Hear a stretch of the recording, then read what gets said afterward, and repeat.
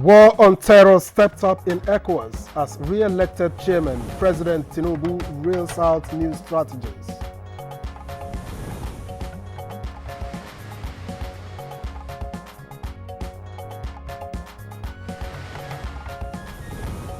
House deliberates on plans to roll out citizens' town hall meetings across the 6 geopolitical zones.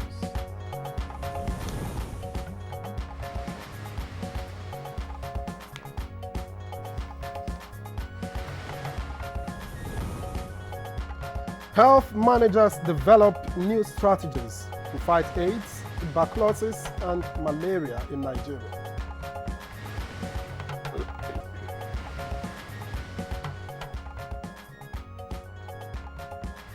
And on Good Morning Nigeria today, we shall set agenda for the Presidential Economic Coordination Council.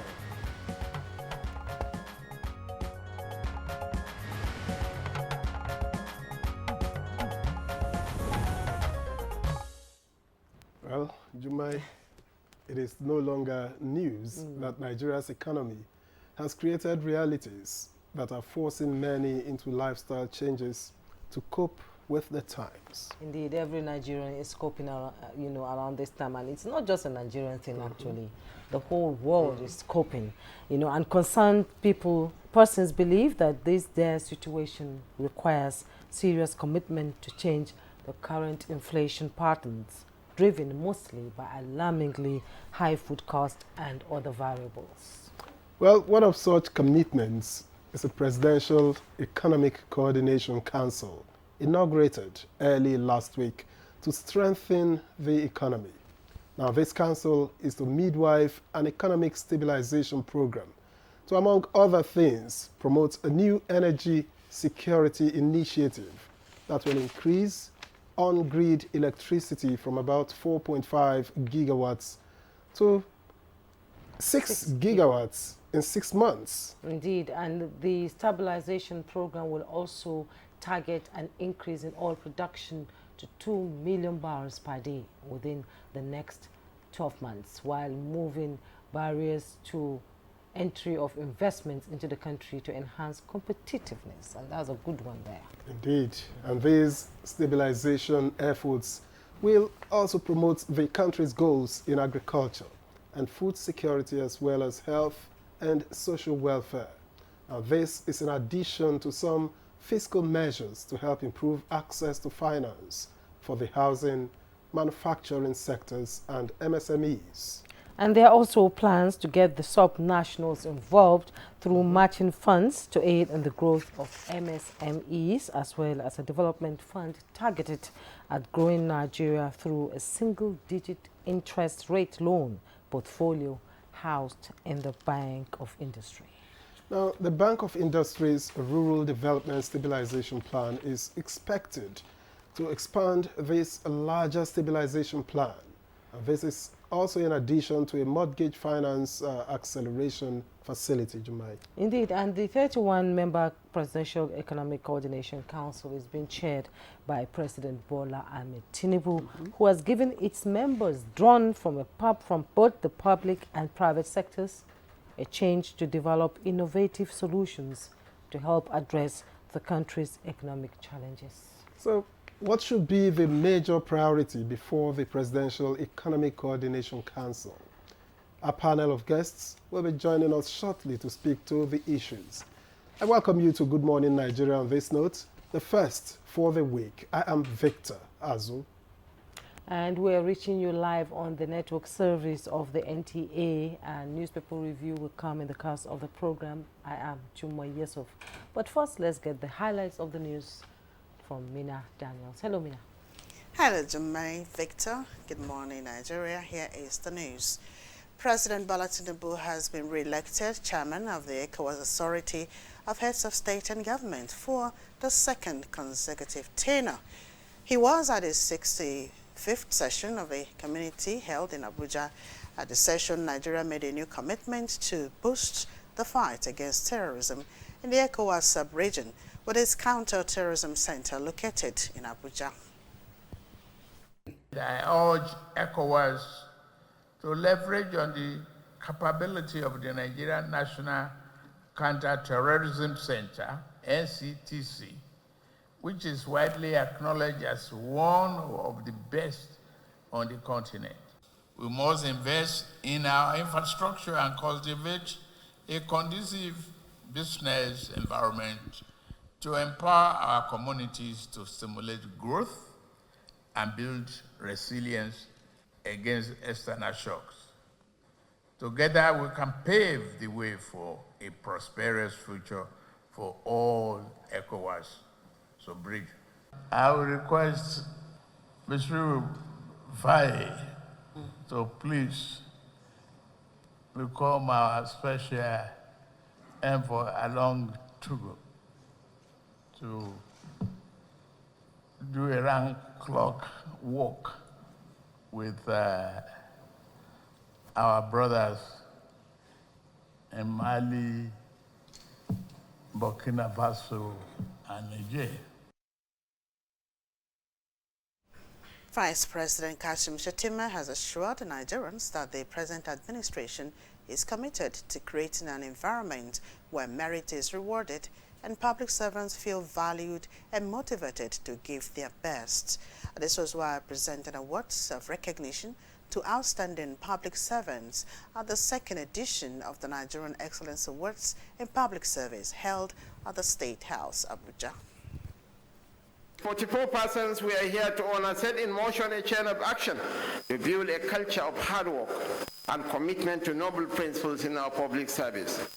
We must also strive to make sure that the values we have set them apart are deeply ingrained in our culture. And in response to calls for grassroots engagement, the House of Representatives says plans are underway to roll out citizens' town hall meetings across the 6 geopolitical zones. Speaker of the House, Tajuddin Abbas, stated this at the closing ceremony of the Legislative Open Week organized by the Green Chamber.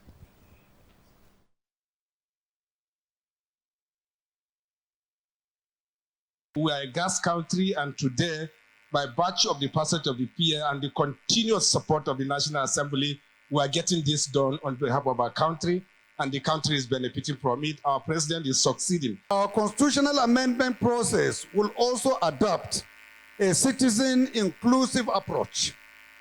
The onus is now on citizens to actively engage their representatives. The Speaker of the Federal House of Representatives, Tajuddin Abbas, urges APC members to continue to support the administration of President Bola Ahmed Tinubu to implement life-changing projects and policies to turn around the economy for sustainable growth that will guarantee a brighter future. He made the appeal at the APC stakeholders meeting in Kaduna State. I call on our great party to please use the opportunity given to it to make sure that it heals the wounds inflicted during the last election. Try to calm the nerves of those who felt aggrieved during the last election. Governance is key. We made it clear after election that we will take development to everyone in Kaduna State, irrespective of party affiliation or any affiliation, because we believe we took an oath to be fair to everyone in Kaduna. Sustaining the fight against HIV in Nigeria for the country to meet up with the universal target of ending the disease by 2030 requires both political and financial courage.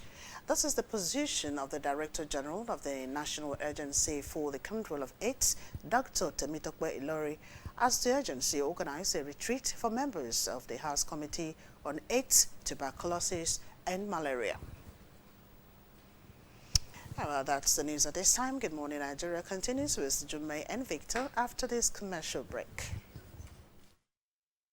The federal government of Nigeria warns vandals of national assets, electricity transmission towers, cables and other facilities to desist from this act of sabotage. Vandalism is a serious crime punishable under the law. Vandalizing electrical equipment will affect millions of Nigerians, including your loved ones. Remember that national assets belong to all of us, hence the need to protect them. Report all cases of suspicious movement around electrical facilities to security agencies. When you see something, say something. This message is from the Federal Ministry of Information and National Orientation in collaboration with the National Counter-Terrorism Center, NCTC, Office of the National Security Advisor. In a world hungry for goodness,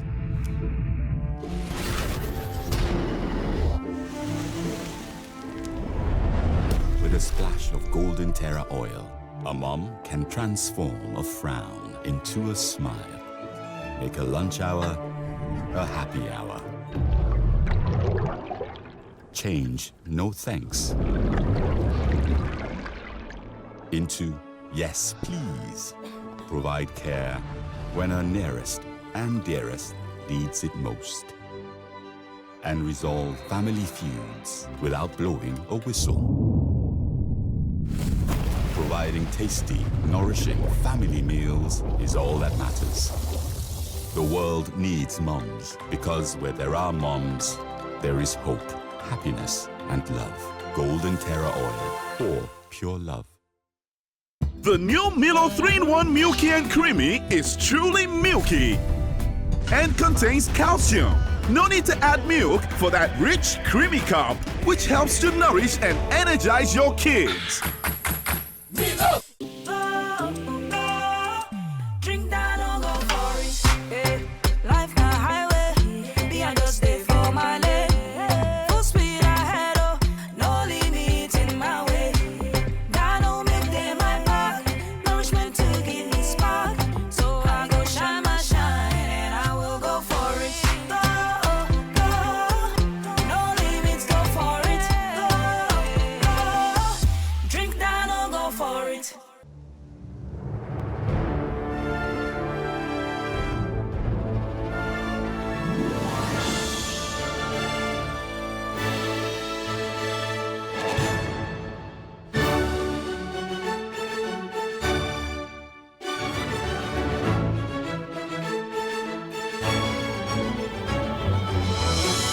TerraCube, unwrap joy, unleash taste.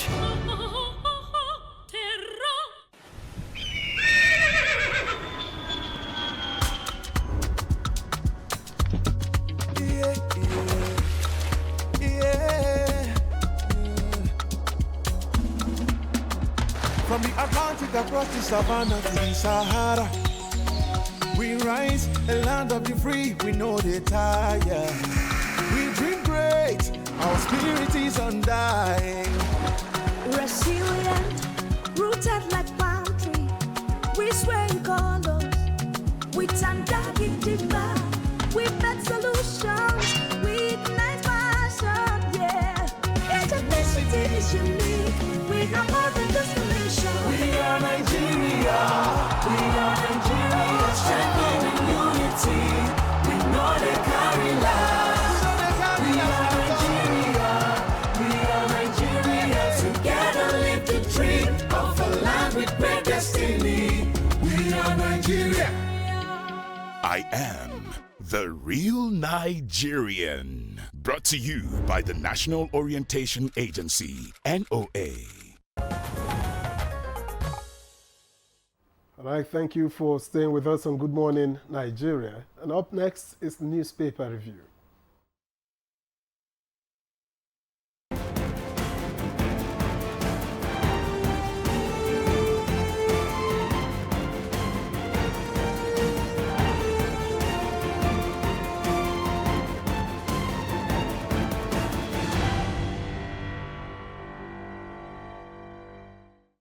And our newspaper reviewer, Chukudi Okolo Baja, is seated here in the studio wearing same colors. Who peeped into another's wardrobe this morning? I think I'm proud to be associated with them, the colors you're putting on there, because you really look resplendent.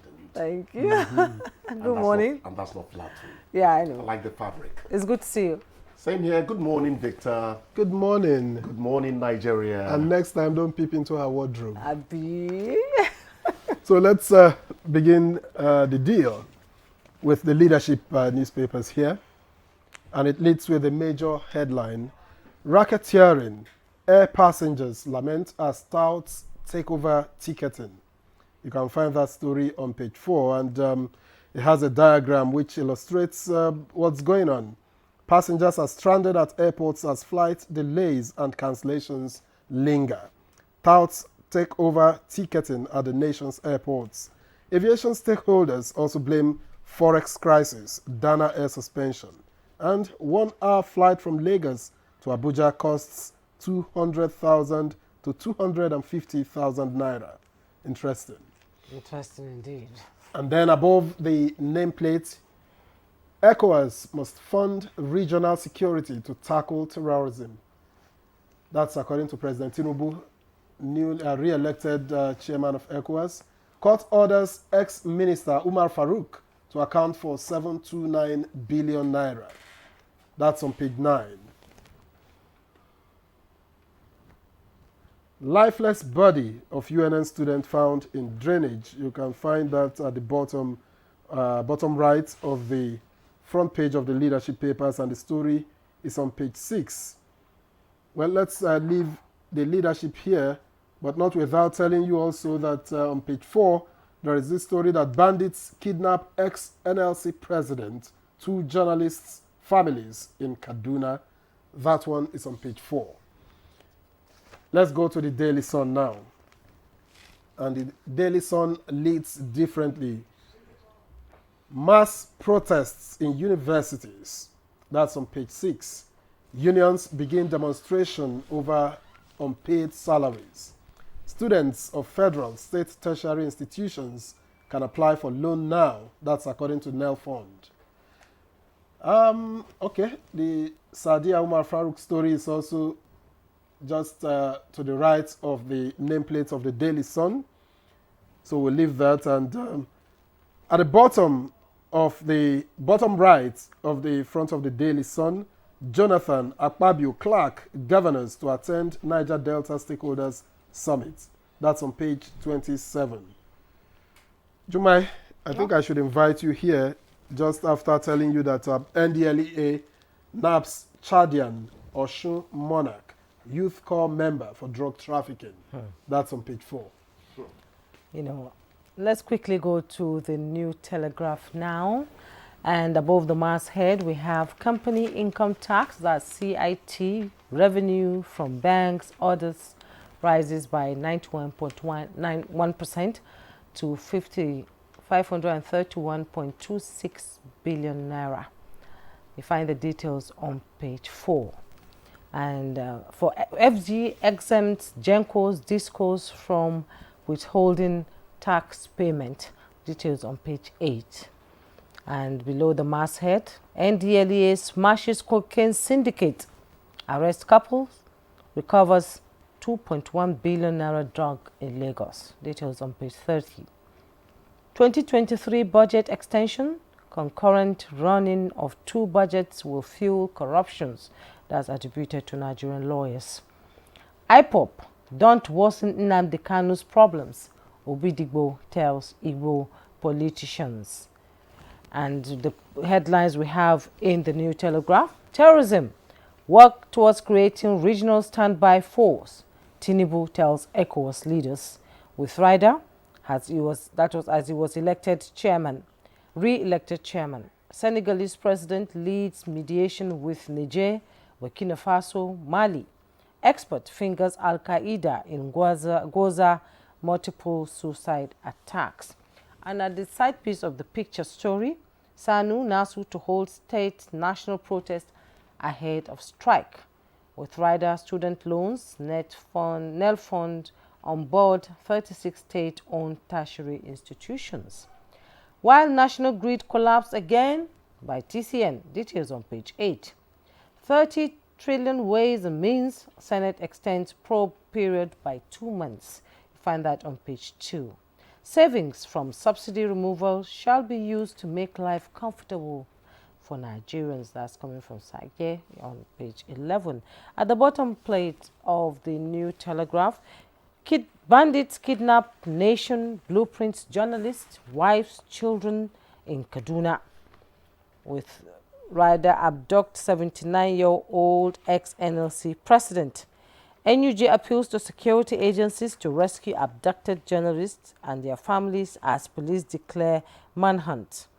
Prioritize intelligence gathering to check kidnapping, Atiku tells security agencies. Nigerians over-reliance on oil exports, bunkering, retarding economic growth, as coming from CUPP. And the picture story there, you see the past speakers of the House of Representatives and past Senate presidents there. Mr. Chukudi? Let me start from home. Kidnapping Kaduna is not new information. But you see, when you seem to be directly involved in it, you raise alarm. It's not as if other people being kidnapped have not been important to us. But this time around, a former NLC president, that's Takai Shamang, is taken. 79-year-old.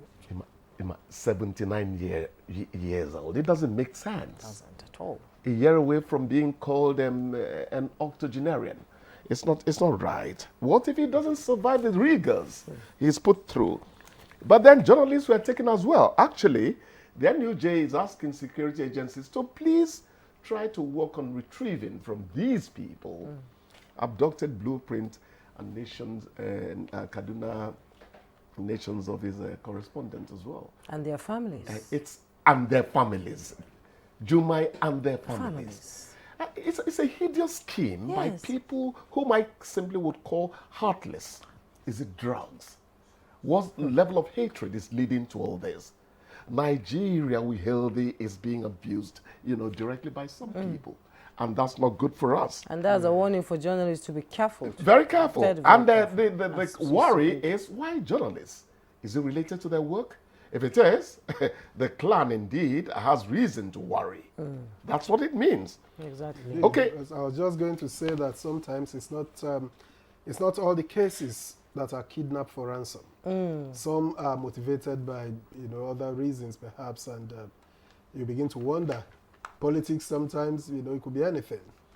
It's just because if you kidnap an individual with his family, so who bails who? It's just who? When I tell people they were taken by herdsmen, they were killed by herdsmen. Many people are hiding under the so-called herdsmen rampage and all to perpetrate their own acts of criminality. So, Victor, the point you made is very, very important. Air passengers lament as touts take over ticketing. It's not as if we've not known touts in Nigerian airports, but it ebbed. The nefarious activities of touts ebbed. When you have standards, touts don't have any space to work in. But they are saying now that the reduction in the number of local airlines operating may have led to some kind of desperation, and now touts are coming in between to help people who are desperate, afraid they may not, get airlines to board to their different destinations. What happens to booking online? Because you could easily, that's the most convenient. You just stay in your comfort zone and do your booking. Check in even online and then go ahead to board when it's time. I keep on saying that being educated is not all the time the same thing as being informed. I just registered for NHIS with one other person. I could have done that a long time ago. Many of us do not take advantage. Take advantage, that's the act. Take advantage of the things that are open to them. So people need to get more informed about how they can ease their burdens in the world. There's this other story. Please, we don't call it this other story. We should have actually started with it. That's our president getting one more year as ECOWAS chairman. For me, 2 assignments are right there before him. He has enunciated one of them already. raising a regional force to counter terrorism so that we can see something that looks like development in the sub-region. That's a good one coming from him. Yeah, the other one he has not mentioned, which I think diplomacy, quiet diplomacy, is being adopted towards it, is the rebellion by some of our brothers who now have military regimes in West Africa. In this era and time, I think that needs to be worked on. Let them find a way to bring these, let's not call them boys, but when they're in uniform, we want to call them boys so that they can go and tackle the enemy. That's the context of boys. But when at the same time as ECOWAS was meeting, they are launching their own alliance. Sahel Alliance. Isn't it, some will say it's now clear that they've slipped out of the grips of ECOWAS. It doesn't matter. Mutation is a fact of life. Change is constant. It's constant. The point is how you manage change matters. But in the background, what should worry us is the West in quiet conflict with Russia on the West African soil. That's what should worry us. Yeah. And that shouldn't be, because that proxy war comes to Africa. I don't know what that will portend for Africa's development. You don't even want to think about it. You know, it's just like it's just like the Cold War is coming to West Africa, and the West African region is now the new bride for, conspiracy theories that Russia, America, and France, and all that are now fighting on our shores. Well, we just need to be careful. Yeah, West Africa needs to be careful. Yes. Russia has reached out to North Korea. President Putin went there just two weeks ago. And now there are indications that Russia is reaching out to some people you call pariah in the world and all that. Yes. I think the Russians are still saying, look, we are still globally relevant, and we can cause a little trouble if you think you can edge us out easily. I don't know where all this will lead. Well, let's now talk about the Nigeria's over-reliance on oil exports, bunkering, retarding economic growth. Bunkering has become something that refuses to go away. It's like a cancer.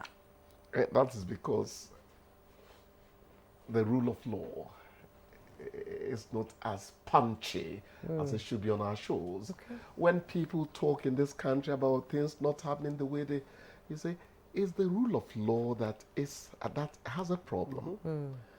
The Americans, the British, they are not morally better than us. They don't go to church or the mosque as much as we do, really.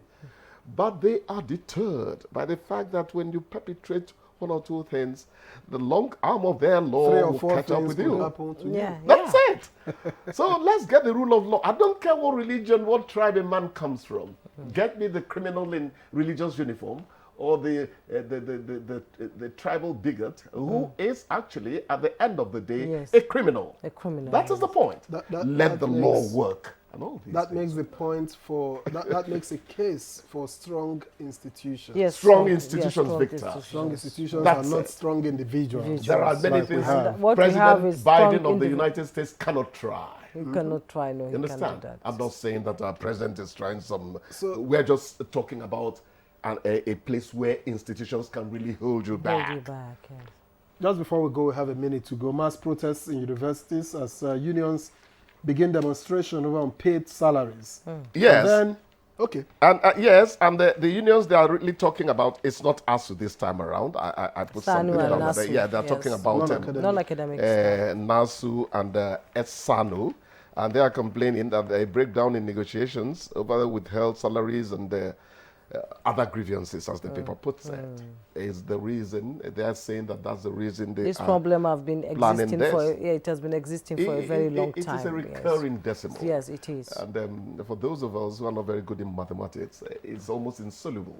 But I think it will be solved someday. Today is ASU, tomorrow is SANU. No, it doesn't make sense. Well, Mr. Chukudi, we hope they don't go on strike, because students will just suffer, and some of them are even writing their exams now. Exactly. Yes, and we just hope that something happens, and I'm sure President Tinubu is watching, is listening, and there will be a solution to it. This pray strike that- will not I hold. pray that you Yes. find a solution yes. really. So, Mr. Chukwudi, on that note, thank you so much.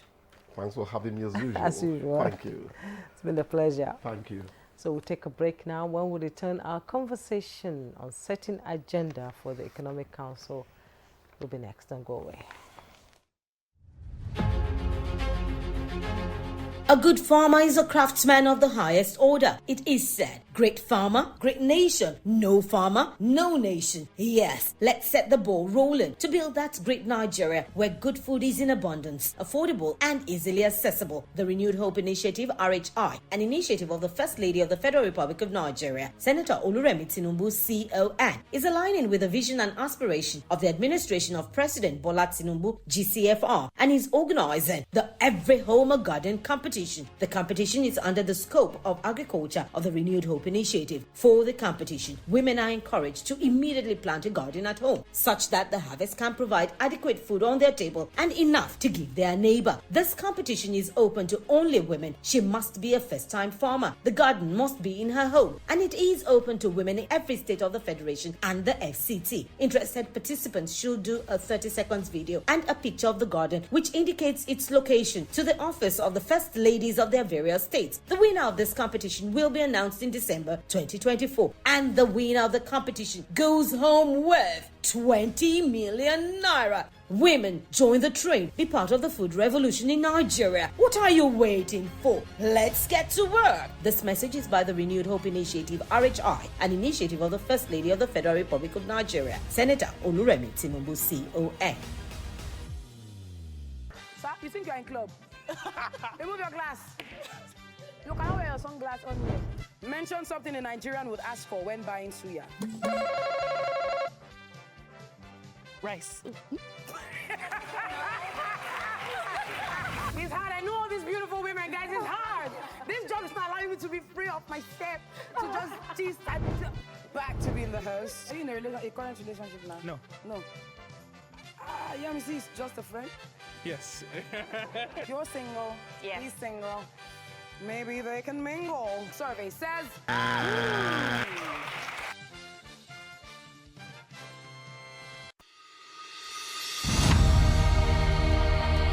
Nigeria means a lot to me. And Nigeria means peaceful cohesion. My country. We continue to pray, and then hopefully we will come to understand that unity of purpose, unity of living together. Our ethnic beliefs and background and culture is our strength. Ever since the amalgamation period of 1914 to date, about 109 years ago, the people of Nigeria live very peacefully with one another. I think diversity helps a lot to enhance robust development in Nigeria. All over the country, you have so many ethnic groups, over 250. That is enough to tell you that this is a blessed country that, that God has kept, together as one indivisible entity.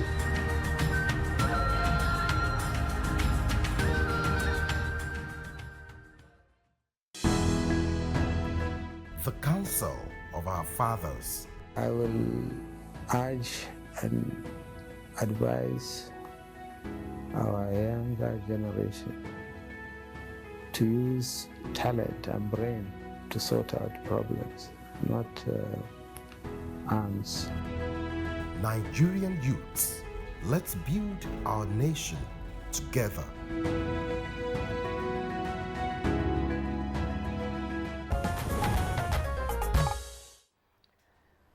You're still watching Good Morning Nigeria on the network service of the NTA. Now let's take back this background report that will push the conversation.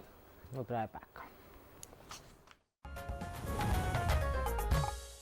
In the face of economic challenges confronting Nigeria like rising inflation, agriculture and food security, energy security, low productivity, job creation, insecurity among others, President Bola Tinubu's administration is taking measures towards changing the narrative to ensure that Nigeria's economy is reformed for greater efficiency.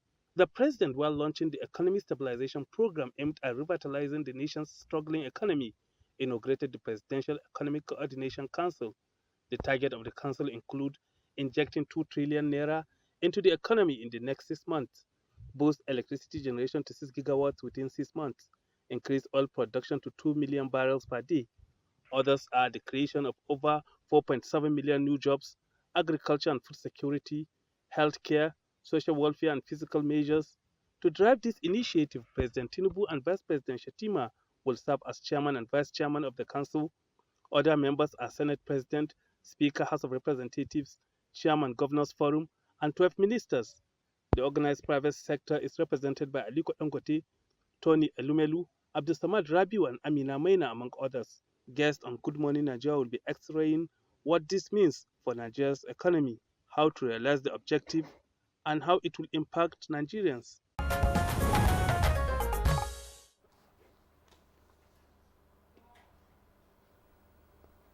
All right, many thanks, Ibrahim Bello Gunda, for that background report. And to get into the conversation, let me introduce here in the studio Dr. Emeka Okengu, who is a development economist. And he says, farmer? Yes, good morning. He's a farmer. I wish I could give so he's not feeling the cost of tomatoes. To give him for saying he says. All right.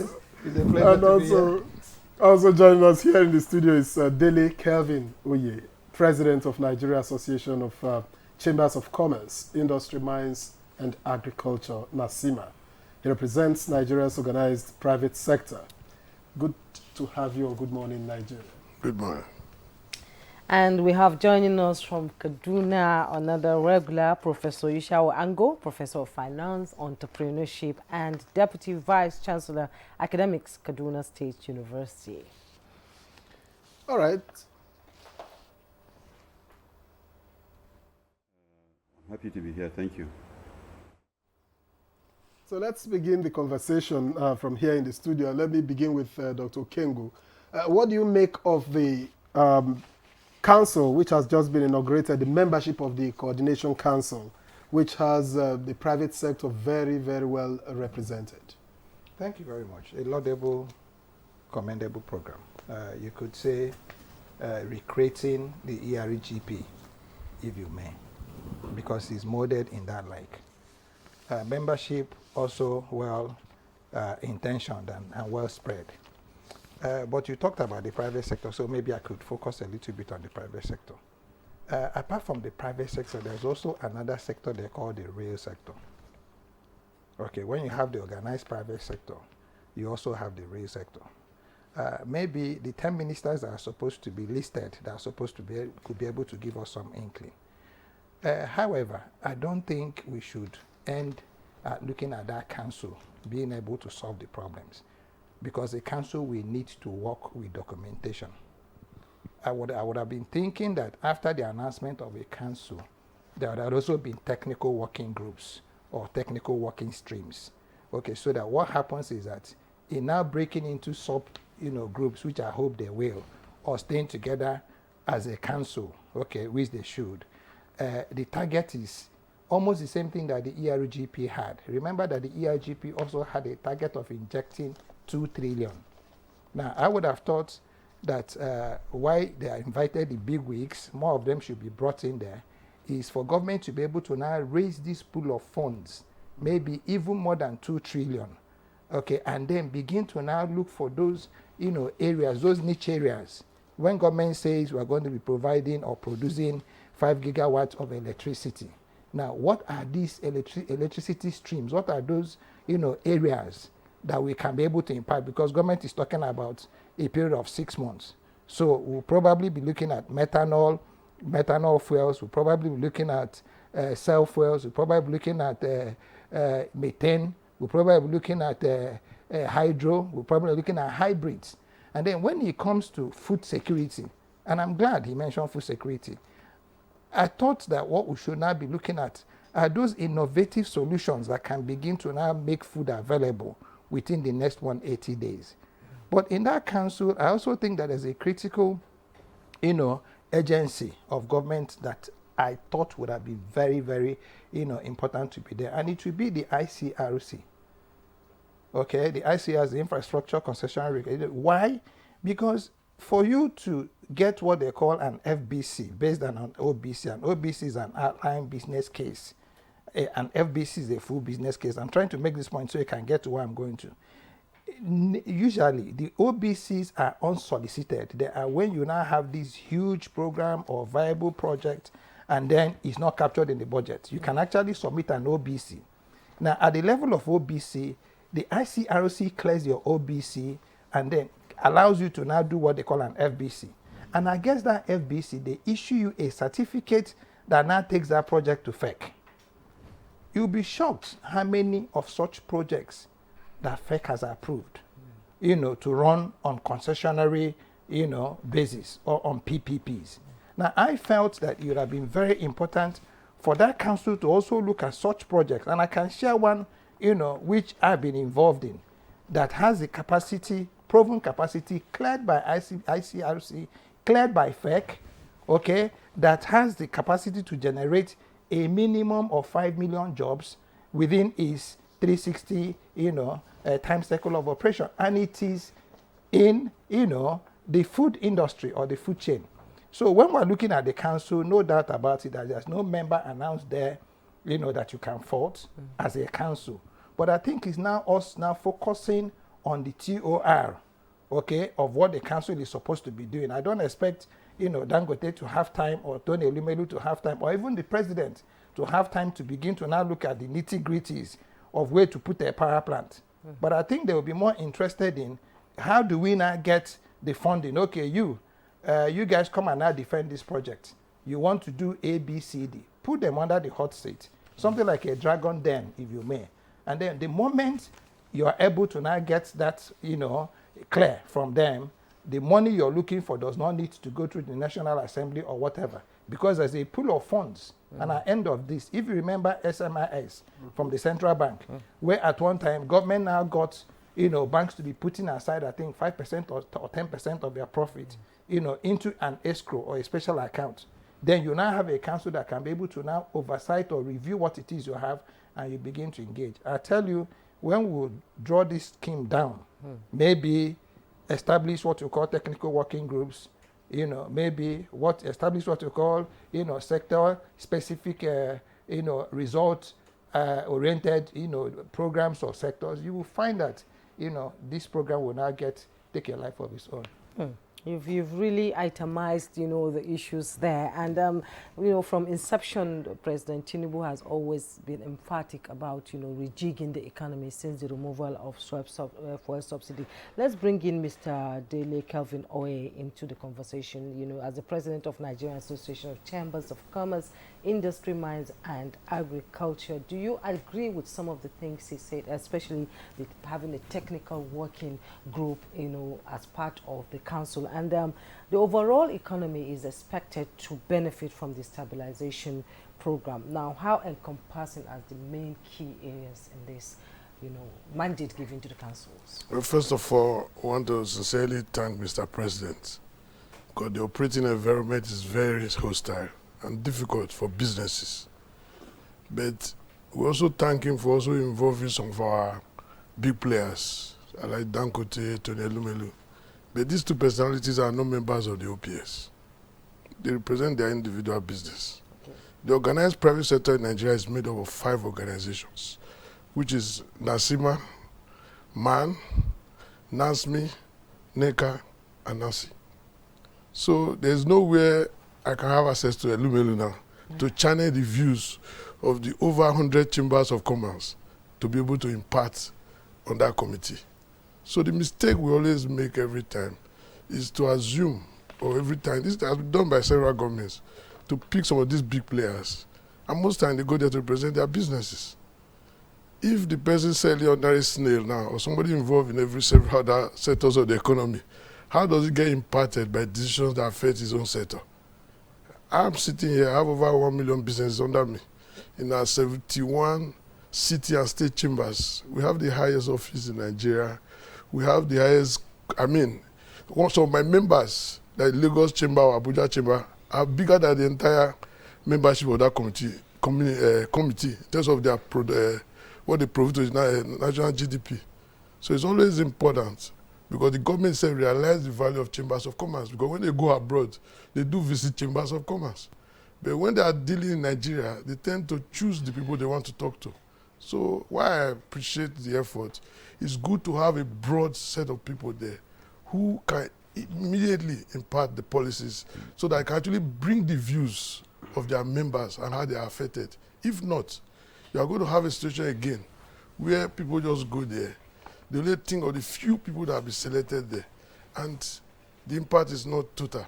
So we appeal to government for government to look at it, the possibility of making it more broad, bringing more people. I'm not just asking for myself or for my organization, but the other organizations that ought to be there. Because it's not enough to say, oh, I have all the private sector. There's not enough, I can tell you. Because at the end of the day, there's a lot of money to be spent. It's important that the shoe should be put where the shoe pinches. So this is what I would suggest. This is what my first contribution to that. Like I said, I commend the government. It's a good idea, but we should also work very hard. The operating environment currently is very, very hostile to businesses. Right. So can you talk about the main key priority areas in this council now, as the economy, energy, and all Yeah, that? we're very happy what have been listed in the objective of the priorities is all embracing. Especially the issue of food security, which is a major, major challenge now. And the government too also should not just set up this committee, should also show by some of its deliberate policies. Take, for example, the central bank policies on interest rates. It doesn't support business. When you are charging at 30-35% to borrow, there's no way you can make any reasonable, can even do any real investment. What is even more important, which at last meeting we had with the central bank, the OPS, we actually met with the central bank governor. We told him that I actually raised the issue that even if you are trying to say new money should not enter so that people cannot borrow, what about settled transactions? If I borrowed 10 years ago and I've not finished paying, I'm affected today by the current rate. You are just increasing my costs when I've already sold, even paid dividends at the time I borrowed the money. Now, as at today, I'm affected by current policies. So we must find a way to really give proper palliatives, support to existing businesses so that they can be able to cope with the current operating environment. We are going to AFCTA now.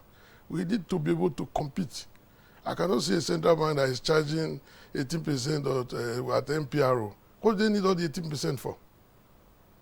They can, if the central bank reduces what they charge banks, you can crash interest rates. The problem is not the private sector. When they say there's too much money. After all, the government is running a parallel budget now. So I don't think we have the problem. The problem has been the way you efficiently allocate these resources to support businesses. So we really commend Mr. President for the policy, but it should make it more granular. Let the effect be all-encompassing. And should not mistake individuals or because the size of their businesses represent all the businesses in Nigeria. It's not true. All right. Thank you very much, Mr. Oye, for your contribution so far. Now let's get to Kaduna, where we have Professor Yushau Ango. Now, Professor Ango, thank you for your patience. I know that you've listened in and may have been able to glean a thing or two which you may want to react to. But what do you think of the timelines given to the committee? Is it realistic given the mandate that it has? Very much. I have taken note of all the submissions so far. I think the issue about having technical committees or sector-specific committees, naturally, it's there, it's in the background, I'm sure. It won't be possible for this committee. This committee will meet maybe monthly or so. Definitely things have to happen in between these periods, and the best to handle this will be the technical committees, experts, I'm sure, in the background who are working on this. Now, having said this, I believe if we look at the concept or the idea that has been stated by the first speaker, we have passed through something like this before when we were looking at economy reconstruction or regenerating the economy, especially after COVID and all those. And the way the committee was formed was more or less similar. Now, what I think, in addition to that, is that we should look at it in different perspectives. The milestones that have been established, especially what needs to be achieved, in the next 6 months is laudable. It's good to have some short-term goals that we want to achieve, especially there are some low-hanging fruits.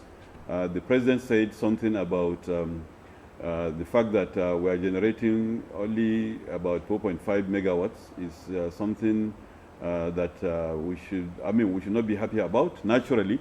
So I believe, improving that to the point that is being envisaged in the next 6 months is possible, because like I said, there are some low-hanging fruits.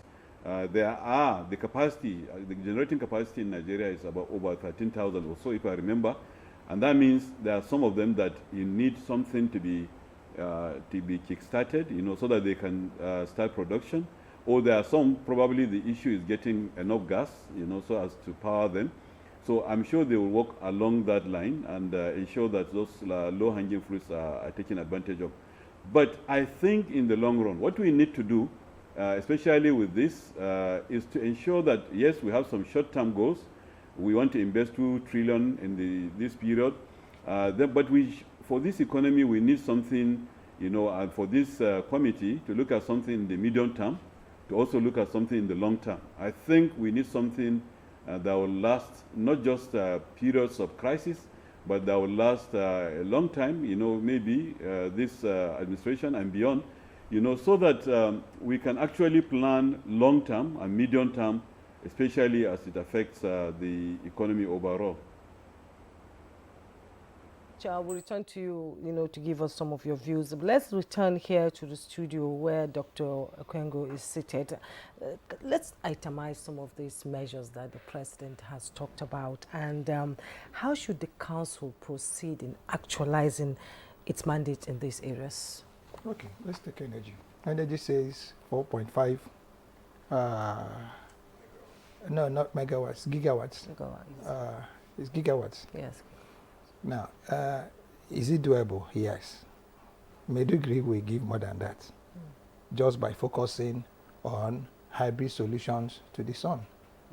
Okay, the desert will give us twice that.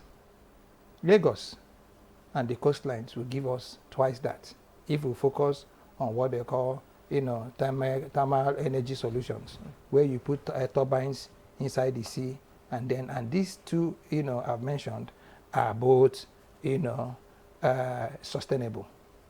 Okay, they are both green or blue, if you may.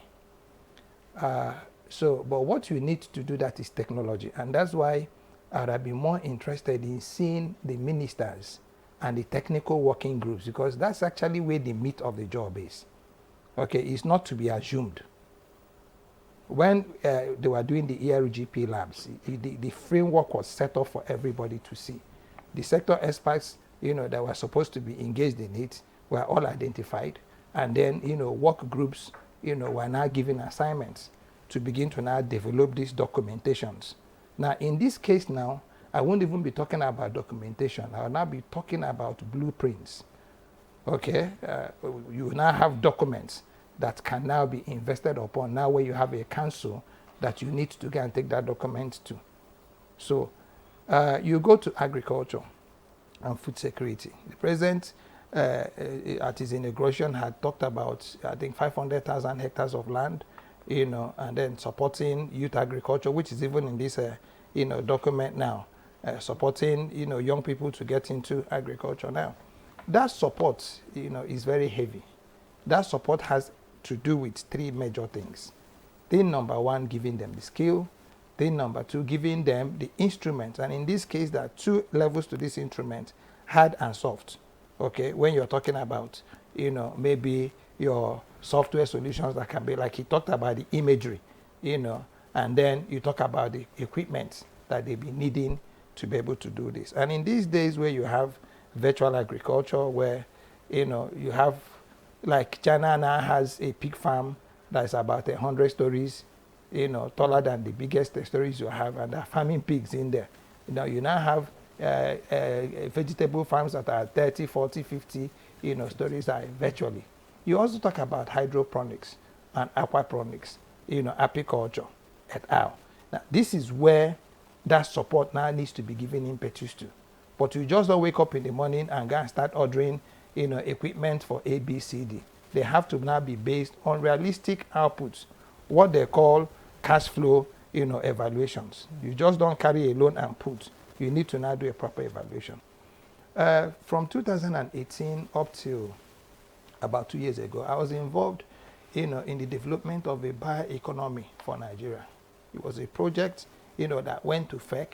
FEC had approved it. It showed clearly, as I speak, that project had, at the point in time FEC was approving, had 30 universities. It was a triple helix program, okay, that were involved in it, signed on all across the country. And it was supposed to use cassava, okay, to be able to produce both bioethanol that was supposed to be used in our fuel industries and about 13 other products that had to do with pharmaceuticals, animal husbandry, et al. Now, that project is more or less sleeping. And it has the capacity, and I'm saying this on national television, to generate 20 million jobs.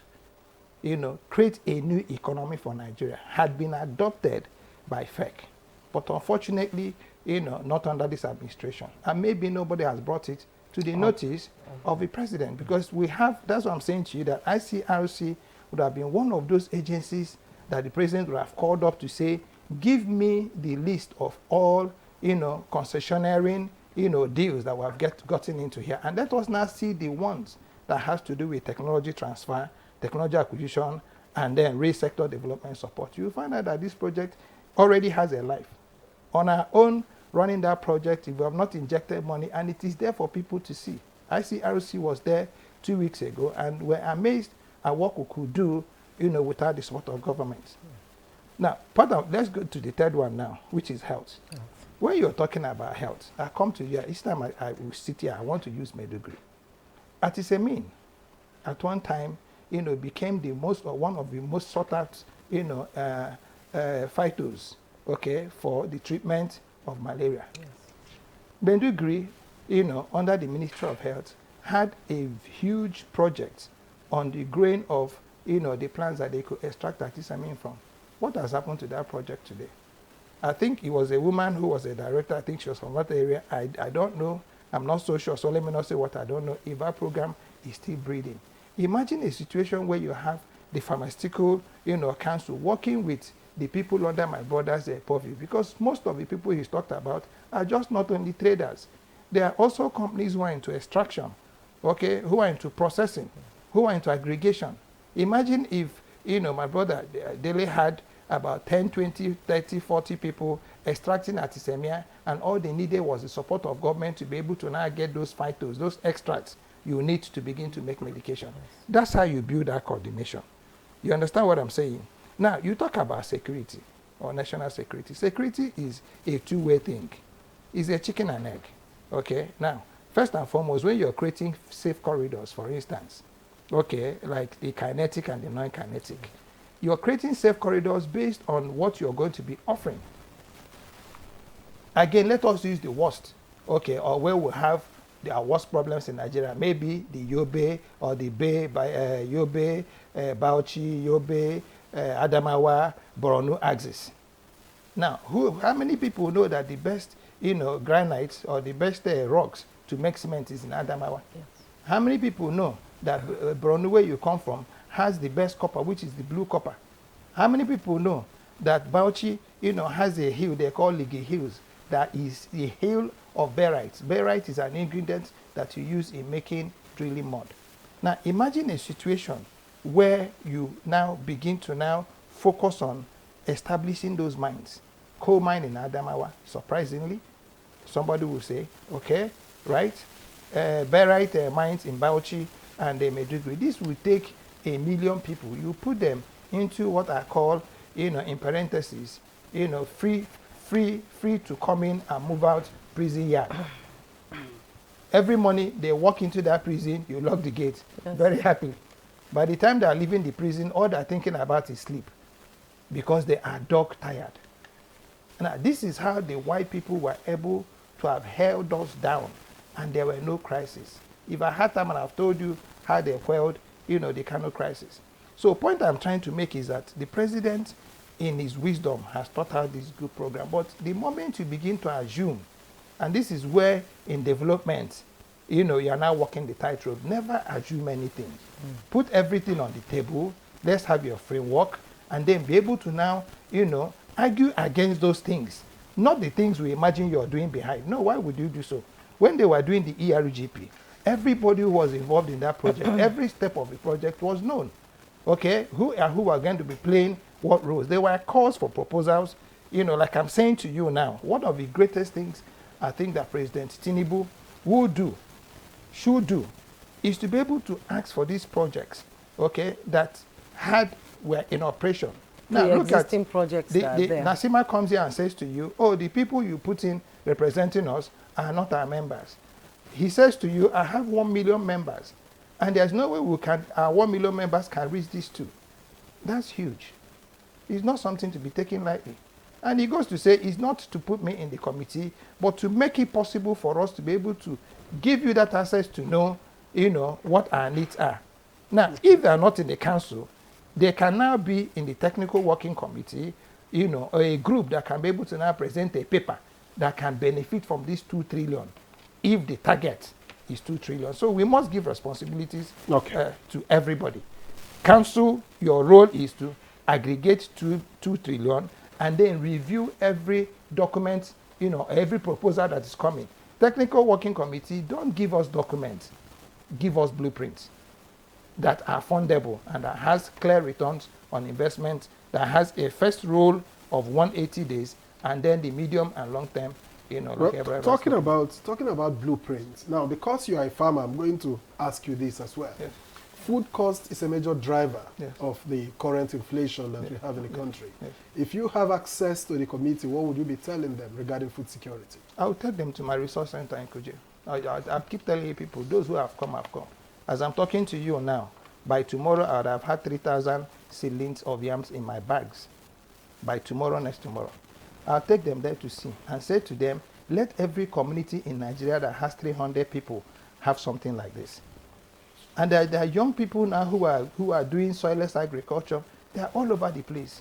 So what I'll be saying is that if you want to cure food insecurity, let us begin to produce food. And you don't need 500,000 hectares of land to produce food. What you need is a small room like this that is supported by the right equipment. You will begin to produce food as well. I keep telling you this, in my own house now, I have at least 100 bags that yams are growing inside. This is my 3rd season running. So if we have everybody doing the same thing, okay, producing livestock where they can, again, you have to be very conscious of now what we call, you know, the biocodes, so that you do it, you know, under safe areas. The mining sector is another sector that can give you 20, 30 million jobs. Yes. You know, so it's so much to talk about, really. Indeed, there's so much to talk about, and still talking about the fiscal measures that I know there are plans. I'm coming to you, Mr. Oye. There are plans, you know, for subnationals, and I'm sure you have a lot of businesses spread across the country at the subnational level. You know, they are supposed to match funds to help develop the business climate. Now, what does this imply, and how can the gaps be closed? First of all, you just mentioned the issue of fiscal policy. Yes. There's no fiscal policy yet for this year. There's no one for 2024. You are waiting for the presidential committee to submit their report, or if they have submitted. So this is the problem. That has been the biggest problem. You can't plan. You don't know just put it in layman's term. A fiscal policy allows you as a business to know the low and the highest point of what policy will happen that year. It normally is released every year at the point where you are releasing the budget, so that people are able to plug in. But that's why you see the central bank comes with almost at different times changing their monetary policies, because there's no bandwidth which they are operating under. Then you take that again, go to the customs. They are charging whatever rate they like, because you don't know what bandwidth they are using. Then the biggest driver of inflation we have in Nigeria is our currency. Okay. Because the currency is not stable. So most people are not able to plan with it. And you can see the losses. If MTN and DSTV are complaining that they are losing money, these are people who have inelastic demand for their products. They are complaining. You cannot imagine someone that is selling other things that are perishable goods who are not even sure. So there is even a big problem we have in the country, which is a lot of produced goods are in the warehouse. They are not able to sell. First of all, you don't know if you sell today, they'll be able to restock because the price for restocking may change. Or better still, people cannot afford it because of inflation. So it's a major, it's not just to set up this committee. There are things the government can also do almost immediately to support businesses by making sure, having with a midterm, now we're already in the seventh month now, let the fiscal policy be rolled out so that at least people don't lose the whole year. Then secondly, work on the rate, the exchange rate. It's very important because if you're unable to work, if people don't know, most of us are keeping dollars, not because we need to keep, but we don't know whether if you put naira in the bank, it will change before you wake up tomorrow. So even the market women now, they keep their money in dollars. So it has created that kind of subconscious. Then there's another issue which most people have never considered. And it was mentioned recently by Dogara, the former speaker. When you change to BVN, most people now don't keep their money in banks because they don't want you to know the extent of their wealth. So they keep most of their money in dollars at home.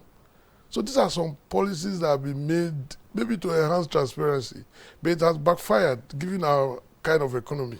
So we have to find a way to actually appeal to people to not to keep dollars when they don't need to keep. And the only way you can do that is by stabilizing it. Even if you want to change at 1,500, let us know that in the next 1 year it will stay around there. So people can now make business decisions because they don't know. They're always planning for 1 week, 2 weeks, 1 month. You don't run an economy like that. You have to give some level of stability.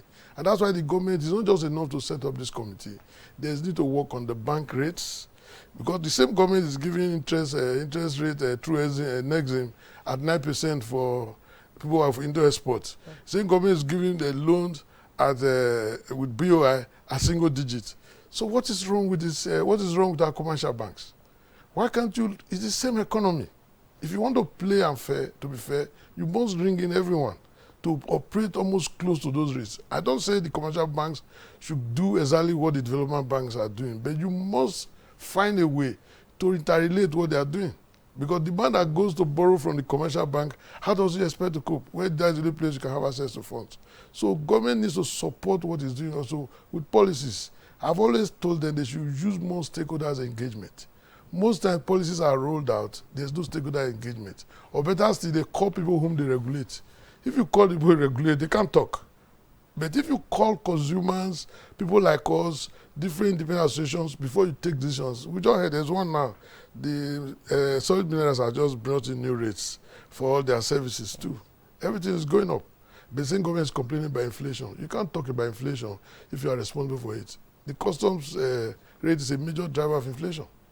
So this committee is a good idea, it's a huge opportunity. But we don't want the situation we have another Simate Amada under Gowon, where they have so much cash, they don't have enough plans to deploy it. So you must really have a blueprint, as my friend has rightly said, a basic blueprint that is transparent, everybody will see. This is what we want to do with the money. That's what should be discussed now if we have enough people in the mix. But we don't want to wake up tomorrow and say, we've tried to set up this factory here, this factory here. In the issue of power, which he has mentioned, there's a lot of power that is being generated, but there's no way to evacuate it. There's a huge need for infrastructure. I have some of my members that generate about 60, 70 megawatts. They just shut it down because there's no way to use it. So they just use for their operations, the remaining they just shut it down. So we need to look at what is already available, how to support those people that have already done it, so that it can actually bring into the system where we can use this power. So these are the challenges. And I think, like I said, the committee needs to also come out. We need to see the blueprint so that we can all impart on it. As it is now, there's nothing, nobody is aware, and we don't want to for them to start with projects when you don't even tell us where you are going. Because at least we can all contribute, because we really, really need this help for us to stay competitive. Most of our businesses are shutting down. We just had the British Nigeria EU trade group business summit. I have to appeal to them that let's form a committee, because those people that are still around, we should even find out what are the issues. How can we help them? How can we support them so that we don't have another closure on that company living? Would that help in closing the gaps here? Yeah, it's very important. You see, the biggest problem in Nigeria is if you have a problem with any agency or anything, there's nowhere you report to. There's no way you report to. If I'm running a business now, have a trailer moving from Sokoto to Maiduguri or wherever. If there's a problem on the road caused by any agency of government, there should be like PEBEC or the Federal Ministry of Industry, Trade and Investment that you can report to immediately that is affecting trade facilitation, that they will immediately make sure the thing is done immediately, so that people are suffering in these different levels. Our members come to us and we try at our level to write letters, to engage different ministries and agencies so that they can remove these bottlenecks. So these are some of the things that are really causing the challenges. People are operating in an environment that is very hostile and they don't know who to report to when they have challenges. So I'm not just saying it's not just only to spend money. Let the operating environment, let the environment be much more enabled to support businesses. Let there be more grants, more support, where people have incurred losses, find out what the issues are, how can government support them with tax incentives. Take, for example, the issue of the $2.4 billion, which the CBN is still holding, that is refused to meet the forward issue. They should be resolved in an amicable way so that people don't, by telling them to go to police to go and report themselves to the EFCC. That doesn't make sense. I've never heard of where you are presumed innocent. By our constitution, then the CBN tells you, go to police and shoot and let them give you clearance. We all know that everybody that go to law enforcement, you don't come back complete. That's a good one. Well, I'm not sure I understand it's not an what you mean by they don't come back No, complete. what I mean by they don't that come is- back armless or No. legless. What I mean by that is, I'm not saying that the law enforcement is not doing its job. Yes. But even the watch I'm wearing now, they can ask you to provide the receipt on the spot. If you are not able to provide it, you are presumed to be in possession of a property reasonably suspected to have been stolen. This is what I'm saying. So you cannot. And it's Nigerians, not, we don't keep receipts. No, Actually, they you don't buy ask something. you about that transaction. They start by saying, "What is your tax? Not This is every- the equipment you have." That's what not I mean every by item that. is receipted, actually. So Receipted, this is yeah. what I'm saying. We need to create an environment where business can thrive. It's not just enough to keep investing. Look at the environment. Compare. Like I told the National Assembly recently when I appeared in their retreat, I said, if you are to make any law now, you're no longer operating as Nigeria. Ask what Rwanda is doing in that sector. Is this law going to be better to make us more competitive than Rwanda? This is the way you should be thinking now. Because a global system, we're under the FCTA. You must prepare your businesses for that. You cannot just say, oh, I'm National Assembly. I've decided, look at what they did with the oil industry. All of them left. Yes. Because they insisted they want to collect 3% for the communities. Where are the people, where are the oil IOCs now to collect the money from? Nothing. So you must operate having a global mindset. This is what Nasima is saying. With foreign direct investment, take for example now, we belong to a network of 170 chambers of commerce all over the world. Anytime they make this type of policy, they write to me and say, what do I think? What do we do? I have to be able to have enough information to respond to some of these inquiries. If not, when they write, I don't know, I'm a patriotic person, I have to still try to reply or try to get to the agencies that are involved. What I'm saying in all this is, let all of us work together. There's too much working in silos. A lot of people are doing great things in Nigeria. Look at our creative industry. You can use it to change our ecosystem almost immediately. Agrics are another thing, like my friend here said. So all we need to do is let the information be available in a central pool. And one of the jobs of this committee with kind of money they are going to spend, they should be able to catalyze some of these opportunities that already exist. They should not just go for greenfield projects. People have done a lot of work. They just need a little bit of push for them to maximize or at least increase their capacity so that the impact can be felt within the shortest time and Mr. President desires. Because we need to stay competitive. We don't want to end up like what is happening in other countries where they're having challenges or riots in their house. We don't need it. Because those things will be a major, major distraction. Yes. Because the people that are going to be affected are even sometimes the genuine people who are contributing to the sectors. So we need to really work. We don't need time for crisis. We need to work together. And that's why we are so happy about this policy of government. But let's use it as a point to change our story. And do it right. I don't want something that you just throw money at things. It's not money. Sometimes it's planning, policies, so that I can change all this. All right, Mr. Oye, thank you very much for your contribution there. Let me take that very short trip to Kaduna again to get Professor Yushao Ango involved once more. Prof, Mr. Oye alluded to it earlier. I don't know if you agree that there are missing elements in the membership of this committee. Plus, you may want to tell us about the fiscal measures being targeted to improve access to finance for the housing sector, the MSMEs, and the manufacturing sector. Of course, some of these include, more support for youth entrepreneurs and a manufacturing stabilization fund.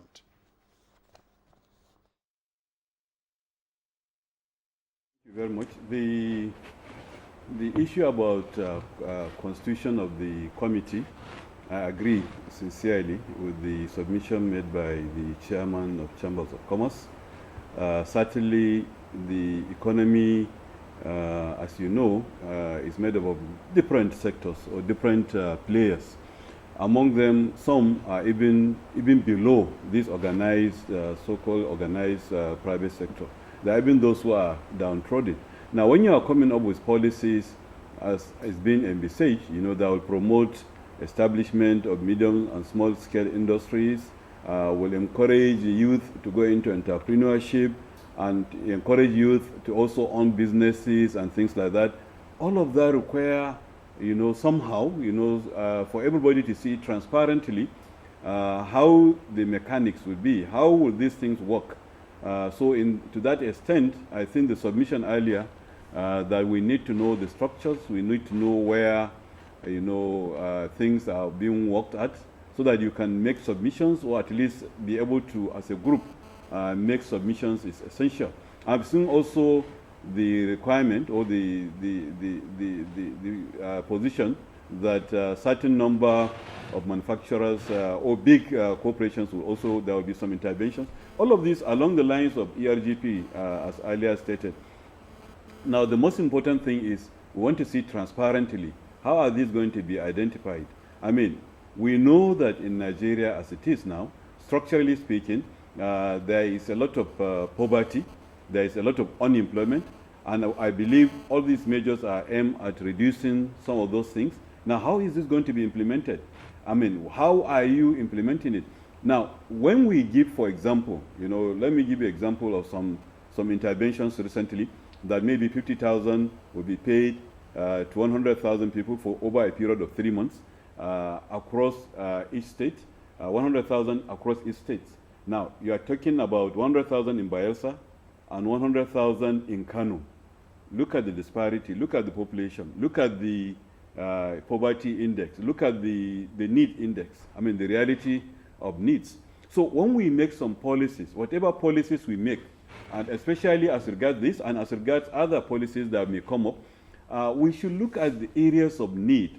We have real problems in Nigeria. Some of the real problems, as has been stated and identified actually, including even in the President's 8-point agenda, includes security, includes the issue of food security.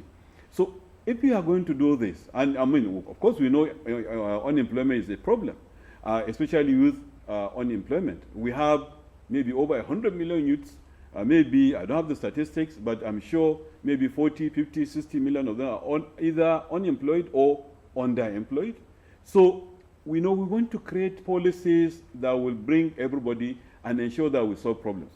Major problems in Nigeria is poverty. Poverty is leading to insecurity. Poverty is also not helping us with regards to food security. So what do we do? What is going to happen?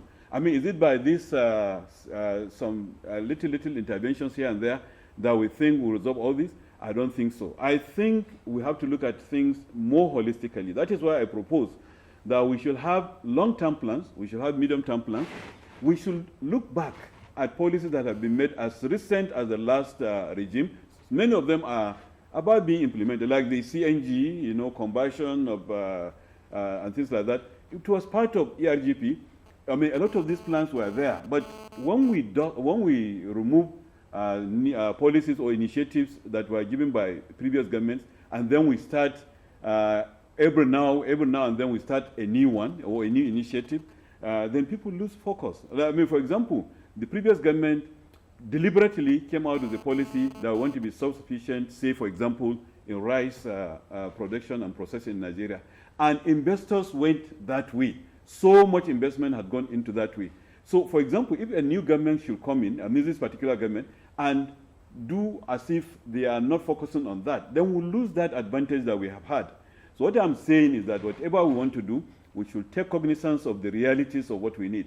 What we need in Nigeria in order to boost the economy is actually to ensure that we reduce poverty, is to ensure that the local production and processing of things improves, is to ensure that the value chains are there. And what we need to do certainly in this light, in addition to all the sectors that have been mentioned earlier, especially the issue of minerals, solid minerals, the issue of agric and other things, what we need is to ensure that in every place, let's take the one product, one local government initiative, for example. Let's do that. Let's ensure that we develop it from the beginning to the end. And in whatever policies we make, especially in opening our doors to foreign businesses, we should ensure that Nigeria's interest is always protected. What I see in the spirit of opening our economy, is that we are allowing foreigners to come in. And in fact, a foreigner, a Chinese, I'm sorry to use the particular example, will come into Nigeria, hire policemen to guide him or her, and go into our forest, cut all the woods, and then transport them to China raw as it is, as if we don't have any national interest. Whatever we do, let us have some national interest. Somebody mentioned the idea of, for example, some of our, if you like, forest resources that are actually medicinal in nature. We have a number of them. A lot of them are being depleted because of what we are doing to our forest. So we need to do something, and target specific things and ensure that we achieve something. We have achieved something with regards to rice, for example. We have the capacity substantially to process our rice. Can we do the same for a lot of medicines that we do over the counter? Because we have all the medicinal plants in Nigeria. Can we regenerate them? Can we ensure that they are there? Can we protect and ensure that, more importantly, we provide employment to local people? Can we ensure that whatever we do in agriculture promotes youth engagement in agriculture? We may not have the capacity for long or big-scale agriculture, but allow every young man, the capacity to own, let's say, have a hectare, and then provide the technology and support him or her so that we know we at least feed ourselves. If we don't feed ourselves, then that is where we'll begin to have problems. Whatever we do, I believe we will not achieve what we want to achieve if we don't or are not able to feed ourselves. I'm still going to say with you, everything you've itemized and mentioned in your response has to boil down to the energy security in Nigeria. And that sector has always been a problem.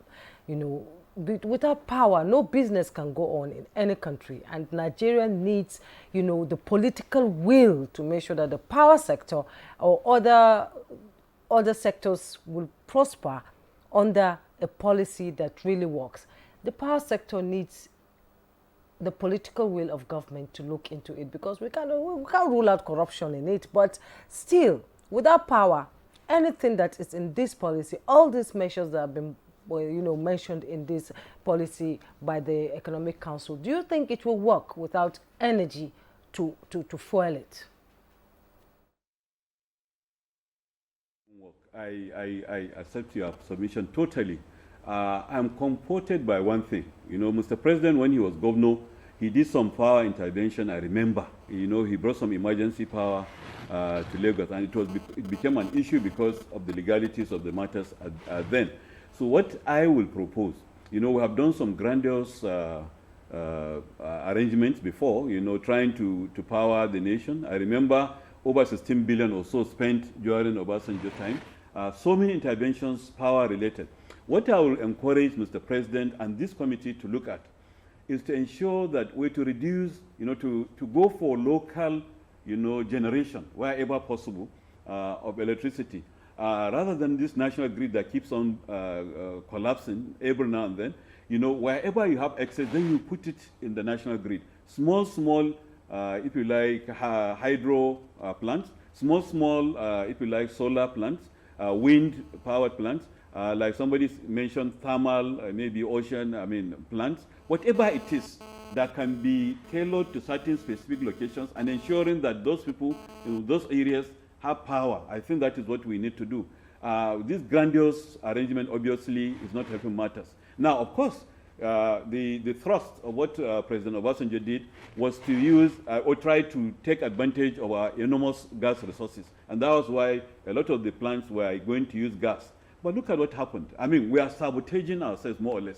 We have seen, for example, even in terms of that, in terms of looking at national interest, remember, it took Dangote to come out openly and said they were being sabotaged, having done this strategic investment on behalf of the country, but they had been sabotaged, in ensuring that they get this. Now, imagine this kind of thing. So I believe whatever power initiatives we will need to do, in addition to ensuring that the distribution issues, because there are quite a number of distribution issues, a number of places don't have enough transformers, just simple transformers.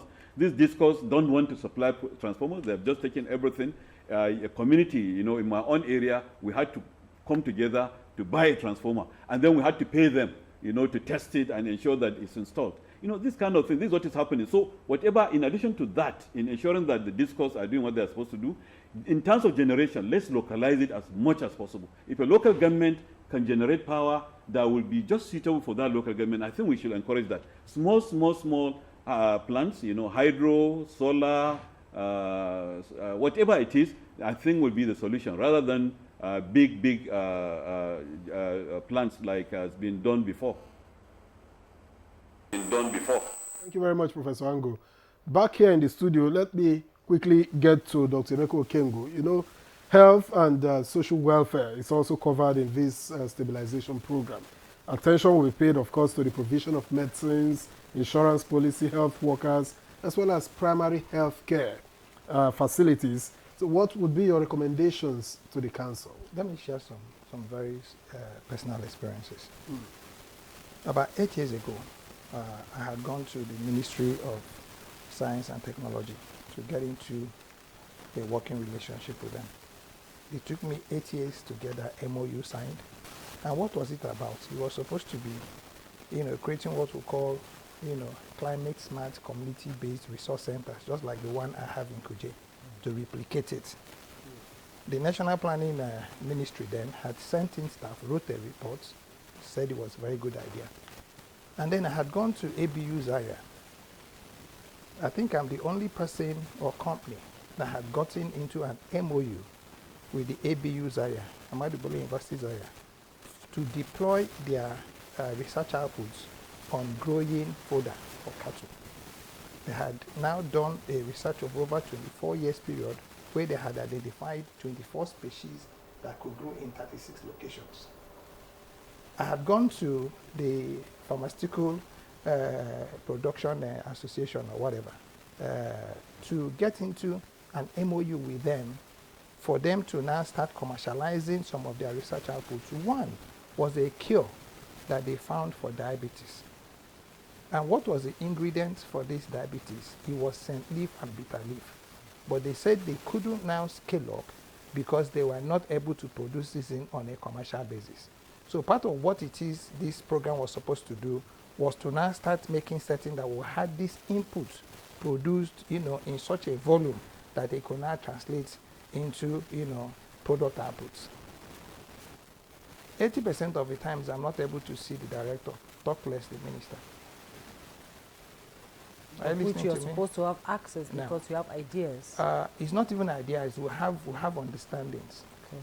So it can be quite frustrating. I've just shared one with you that we had gotten to the point where, but you come in there and then you can't see a minister.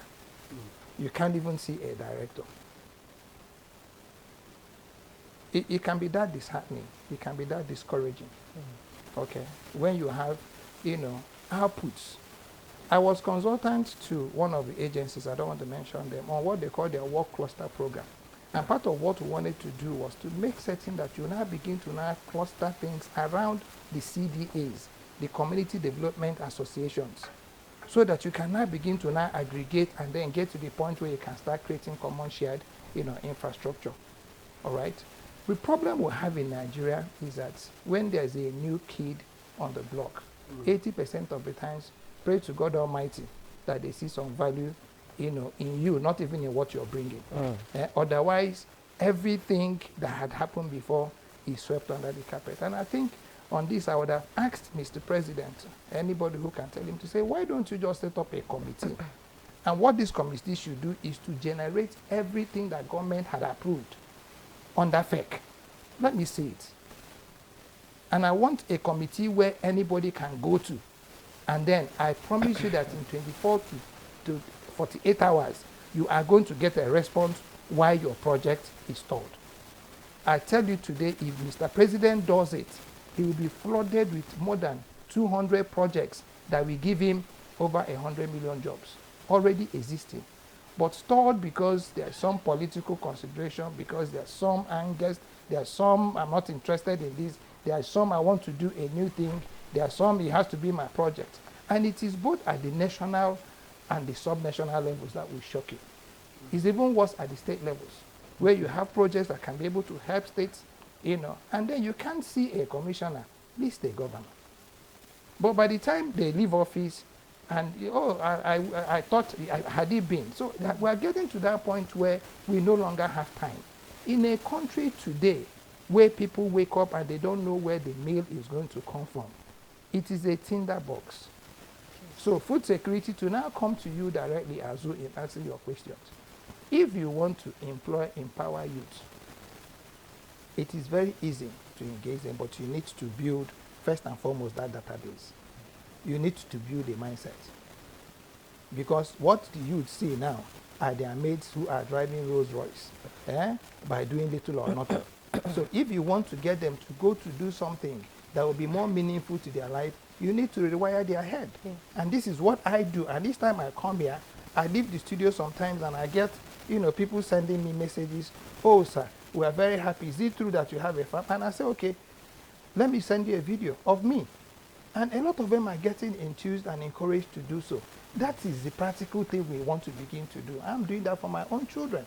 So part of what the problem is that, like Mr. Oye said, there is nobody to talk to. There is no how you can reach anybody. It's a major challenge. The president means well, no matter what anybody says. When he says, I'm not sleeping because you're not sleeping, you can see that he's bringing our policies. But it is not enough to bring those policies. You must be able to support them with programs and actions. And then, most of all, information that can be able to say to you, in the health sector, these are the research outputs that were carried out. This is what has happened to them. I keep saying that the day we get science and technology right, if I was Mr. President today, I'll be Minister of Science and Technology, because everything we need to be able to get out of the doldrums, everything is in that ministry. And also, the access door should be created for people to be able to get access to those. That's difficult, Hajia, because you see, in creating access, there's something they say in economics, the man behind the door. Yeah. What is important is not the man, who sees inside, you. Yeah. It is the man who's behind the door. Oh, that man, don't bother about him. He's coming here to be speaking long grammar. Oh, these are Nasani people, they have come with their trouble. What they want is money. So the man behind the door is actually the most important person. And people can just dislike you, because you answer, your name. People can dislike you because of nothing. Sometimes you may have to force the door open. No, you can't force the door open. Azu, listen to, I am okay, let's hold your thoughts because we need to pay some bills. We'll go on break and then we'll return to continue with the conversation. Please stay with us. Yeah. The federal government of Nigeria warns vandals.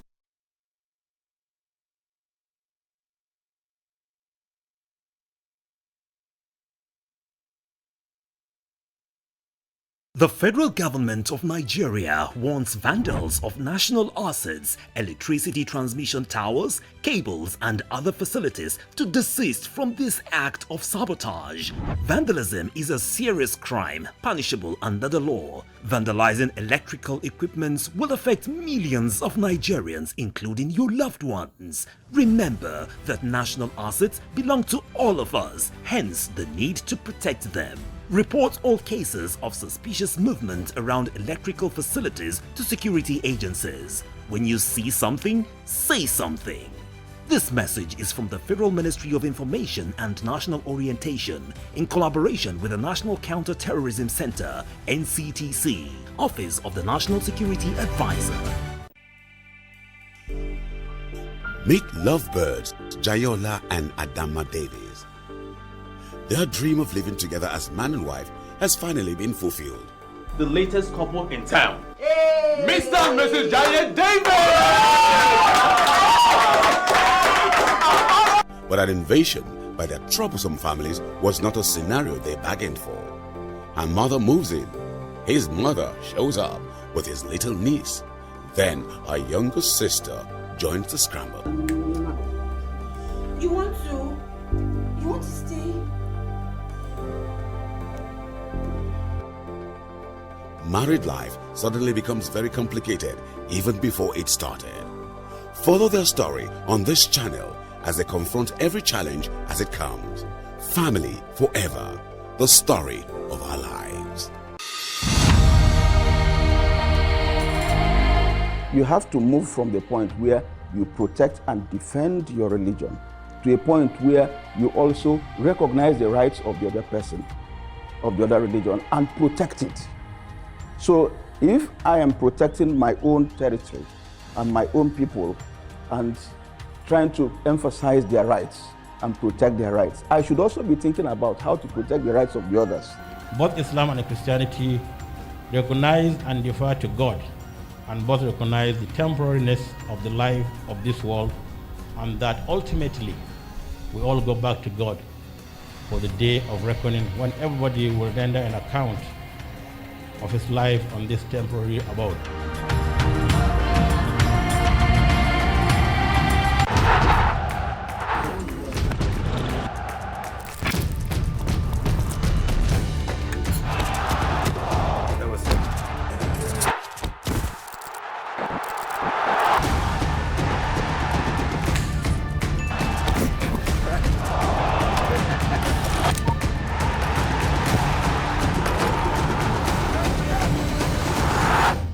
Euro 2024, live on Sporty TV. All right, thank you for staying with us on Good Morning Nigeria. We had to put Dr. Kengo on pause just before we went on that break. Perhaps you take a moment to round off your thoughts. It's what I think I'm trying to say is that Mr. President is doing well. We wish him well. Let him please announce a committee and let that committee seek for every project that was FEC approved in the past 8 years and why it's been stalled. He will be shocked at what he's going to find. You know, before we used to have this committee, I don't know what they call it now, headed by Abu Obe, you know, where you could just go and make a complaint or whatever. I can't remember that committee. It was under Obasanjo.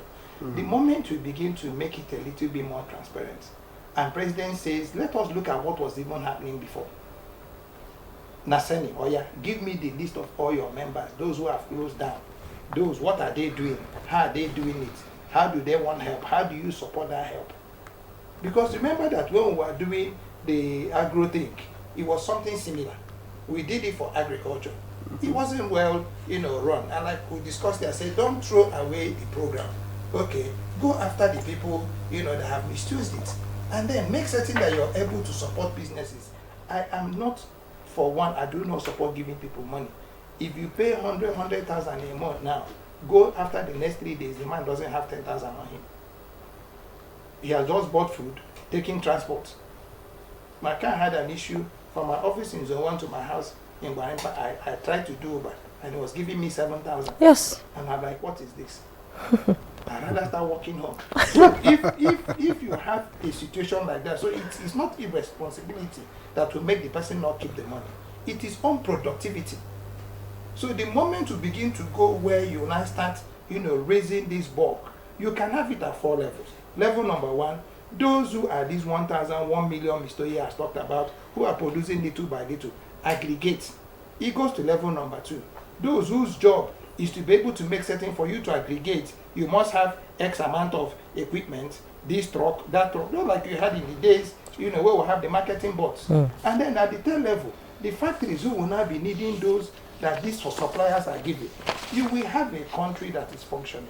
Okay. So on a last note, I will beg Mr. President, in supporting what he's doing now as a new project, let us now look for those programs that were already in place to support agricultural development, to support health development, to support national security, and what happened to them. From what year to what year? Let him start from whatever year he wants. Yeah, he wants to. But let him just go back, a little into time, and he will be shocked that a lot of these projects are just gathering dust because probably, for whatever reasons, all of us know. I'm not going to be the one to say it. The But elephant, big elephant in the room. It will show. Mm. I'm telling you about one I'm involved in that would have made you leave school, and as you're leaving school, okay, you are sure that you have a job, you have a farm. It's there now. So why wouldn't the government say, okay, whatever issues they are, we'll have with them, come out and say it. Nasani, tell us why we've given your members so much money and you people are closing down. This person, tell us why this is happening. And then you will now have this council that will now begin to now drill and interrogate people. We are no longer reactive. We'll now become proactive. And I think that's the way we should. Indeed, you know, somebody pointed out that most, maybe all members of the council have other duties to do. They are quite busy people. And like you said, the technical committee will help that. And you know, the council is also given the power to expand the Bank of Industry Rural Development Program. We talked about MSMEs and how to promote them, how to encourage them to do business. And a lot, like you said earlier, Mr. Oye, a lot of businesses are going under. They are going under, and so much MSMEs are losing their jobs and not being able to sustain. Now, what are the current problem areas in the Bank of Industry, and what do you consider the best approach to make this the most progressive way to do it, and how can it be done? Well, first of all, NASIMA is one of the organizations that lobbied the government that from onset to close down the development finance at the central bank. On the average, development finance was spending about 2 to 4 trillion naira every year from that department.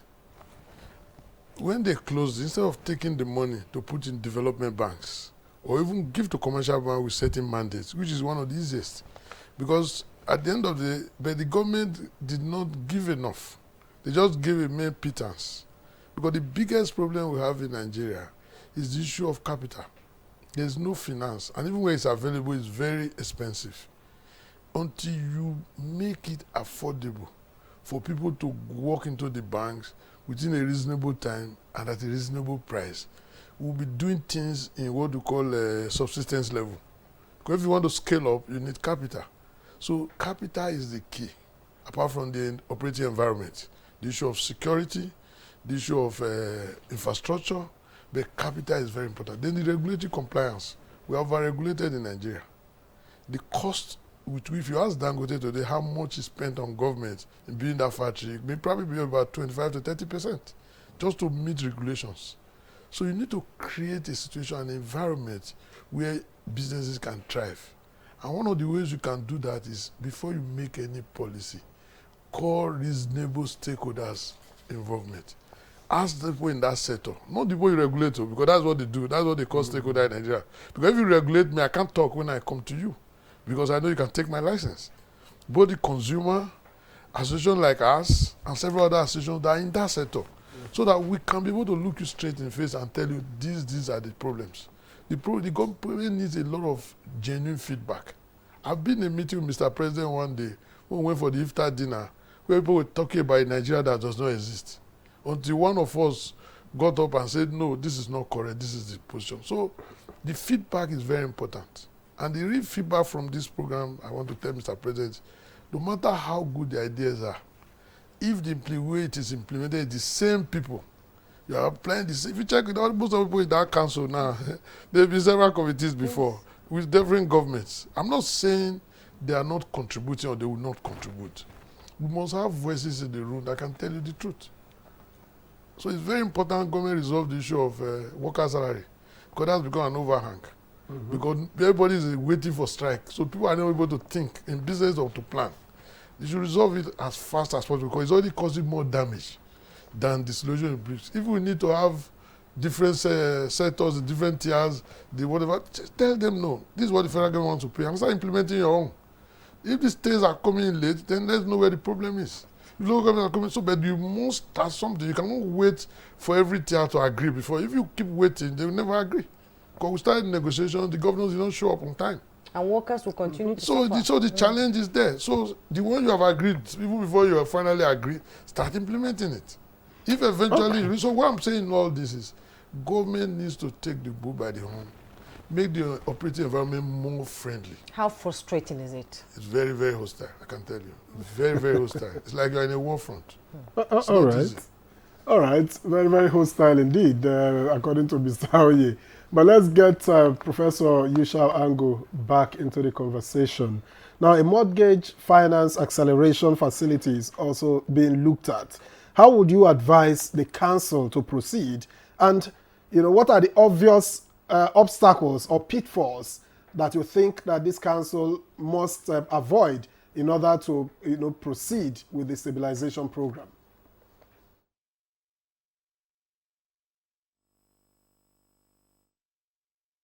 The cost, the cost structure of not only the finance, because in the terms of finance, you can have it low digits, but in terms of the ability of the off-taker, the person, the worker who needs a house, because most of these mortgages are now given to people in formal employment, there is an issue of capacity. Given the prices of things, given the prices of building materials and all that, I want to see, and I'm open to see what initiatives really government will come up with. How much will the houses cost? I mean, per individual.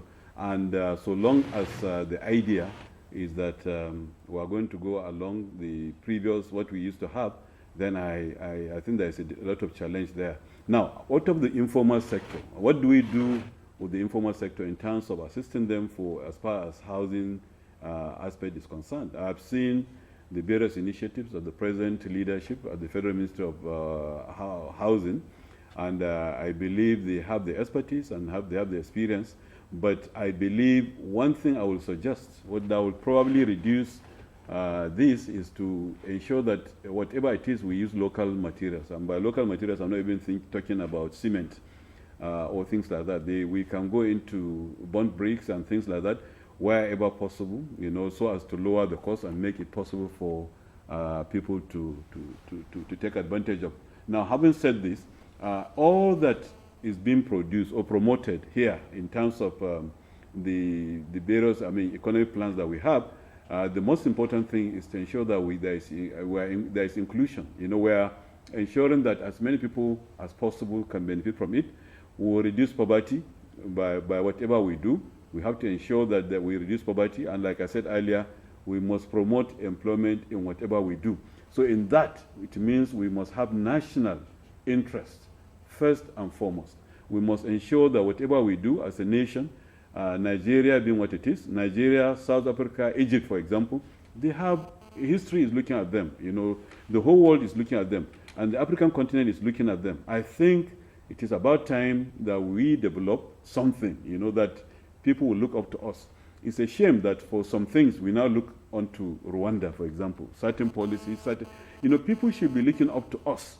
These three big countries in Africa, every country now will just sit down because, they have extorted so much out of us, and then they will start Africa Summit. We have done the US, we have done the UK, we have done the Europe, we have done China. Now it is Saudi Arabia Africa Summit, it is Qatar Africa Summit. Everybody will just call our leaders, as if we don't have initiatives ourselves. So we need to come out with initiatives, homegrown initiatives that will actually make us to be what we are, which is the leading economy in Africa, so that other people will look up to us. And I believe it is by looking in-house and developing our own capacities, which are so enormous.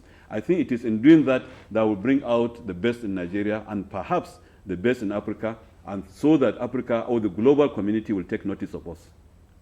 Thank you. I like your reasoning there, and Nigeria is one big nation that others need to look up to in the area of economic development. And Professor Kwango, I'm coming to you as we begin to round up this program. Let's talk about the low-hanging fruit in the implementation of the measures highlighted for the council by President Bola Ahmed Tinubu, and what are they going to use as a working template here now? Imagery, satellite imagery. Okay. The moment you get that satellite imagery, you now have a clear picture of where you're going to. Because the greatest challenge you have in the country today is food insecurity. Now, that can be tied to 3 other factors. The first factor being climate change, the second factor being banditry, insurrections, and then even youth attrition and rural-urban drift. Now, at the back of this, you might say, is climate change. So you must be able to now use that imagery thing to talk, to build your adaptation and mitigation strategies. That would be number one. So in putting it in one word, data. You must be able to generate, data on your human resources that you can now, start taking to capital, turning to capital, data on the availability of the spaces that you want to now do this production, data on the outputs that can be able to come, and then data on, what can now create your market share, and data on how you can now, for instance, work with NASIMA, because it is based on this imagery now, you can now be able to report what is going on here. Where is this cluster? Where do we need to now begin an urban-rural drift and a rural-urban drift? For instance, in Abuja, for instance, Abuja has, or FCT has, 5, local areas, and everybody is clustered around Amak. Why? Because Abuja, FCT has no anchor economy.